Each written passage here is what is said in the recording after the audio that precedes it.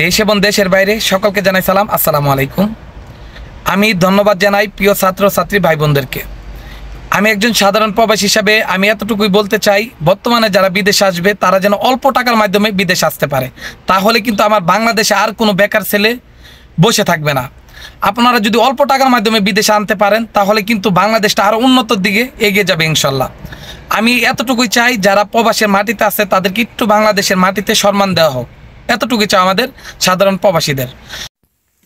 আসসালামু আলাইকুম ভাইজান। ওয়ালাইকুম আসসালাম। ভাই ভালো আছেন? আলহামদুলিল্লাহ, আল্লাহ ভালো রাখছে। ভাইজান আমরা তো এখন বর্তমানে একটা স্বাধীন দেশ পাইছি, আলহামদুলিল্লাহ। আলহামদুলিল্লাহ। তো সেই ক্ষেত্রে যারা বিদেশের মাটিতে আছে প্রবাসীরা, তারা কি চায় বর্তমানে আমাদের দেশের ছাত্রছাত্রী ভাই বোনদের কাছে, সেই সম্পর্কে একটু ধারণা দেন প্লিজ।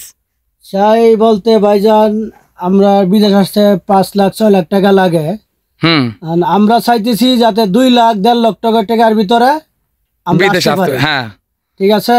এখন আমাকে পাশাপাশি রাষ্ট্র পাকিস্তান, ইন্ডিয়া, আমরা যদি বলে জিগাই কয় টাকা যাচ্ছি 5 লাখ 6 লাখ, ওরা বলে আমাকে লাগছে 80,000, 1 লাখ 1.5 লাখ, এর উপরে কিন্তু নেয় না, এর উপরে নেয় না। তোমাকে বাংলাদেশে এত টাকা কেন লাগে? আচ্ছা, আর আমাদের এই যে আমরা 7 লাখ 4 লাখ 5 লাখ টাকা দেশে আমাদের কতদিন সময় লাগে? আমাকে টাকাটা উঠাইতে প্রায় 3 বছর 4 বছর লাগে যায়। আচ্ছা ঠিক আছে। এখন বর্তমানে আমরা চাই যাতে 2 লক্ষ টাকার মধ্যে আমরা বিদেশ আসতে পারি। আচ্ছা ভাইজান, আরেকটা কথা বলি, আমরা যদি বাংলাদেশে বেকার মুক্ত সমাজ গঠন করতে চাই তাহলে আমাদের কি করা লাগবে? অতি ফার্স্টে যারা বিদেশে আসবে সাধারণ জনগণ, তাদের উদ্দেশ্যে কিছু বলেন। আমাগর করতেও ভাই সর্বোচ্চ 2 লাখ 1.5 লাখ টাকার ভিতরে বিদেশ আসলে তাহলে আমাগর বাংলাদেশের কোনো বেকার থাকবো না। আচ্ছা, এত কষ্ট করতে হইব না। বিদেশ এক বিষয় ভালো লাগবো না, অন্য বিষয় আবার আসবো জামোগা। আচ্ছা, ইন্ডিয়ারা 2 লাখ টাকা দিয়ে আসে, 1.5 লাখ টাকা দিয়ে আসে, পাকিস্তানেরা 2 লাখ টাকা দিয়ে আসে, 1.5 লাখ টাকা দিয়ে আসে, এরা বিষয় ভালো লাগে না, চলে যায়। আচ্ছা ঠিক আছে। এখন আমরা এই বাংলাদেশের লোক 6 লাখ টাকা দিয়ে আসি, যত কষ্টের কাজ দিয়ে আমাকে করা লাগে। টাকাটি উড়াতে সর্বোচ্চ 4 বছর 3 বছর সময় লাগে যায়। ঠিক আছে।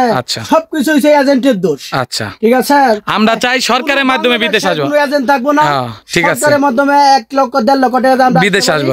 এটাই আমাদের চাওয়া, আমাদের প্রবাসীদের এটাই চাওয়া, ছাত্রছাত্রী ভাই বোনদের কাছে, ছাত্রছাত্রী ভাই বোনদের কাছে আমরা এটাই চাওয়া যে আমরা 1.5 লক্ষ কি 2 লক্ষের ভিতরে আমরা বিদেশ আসতে পারি ইনশাআল্লাহ। বাংলাদেশে ইনশাআল্লাহ কোনো বেকার থাকবো না ইনশাআল্লাহ।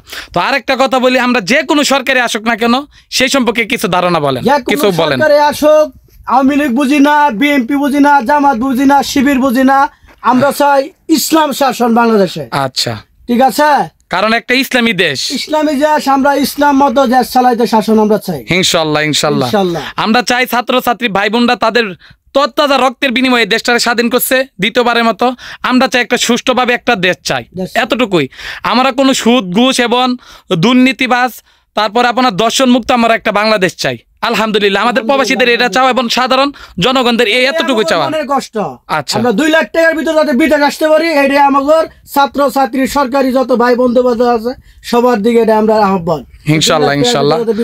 আর যত সব প্রবাসীরা আছেন ইনশাআল্লাহ সবাই আপনারা এটা তুলে ধরবেন, কারণ একটা কথাই বলবেন যাতে আমরা 2 লক্ষের ভিতরে বিদেশ আসতে পারি ইনশাআল্লাহ, আর যাতে ভালো কাজে আসতে পারি।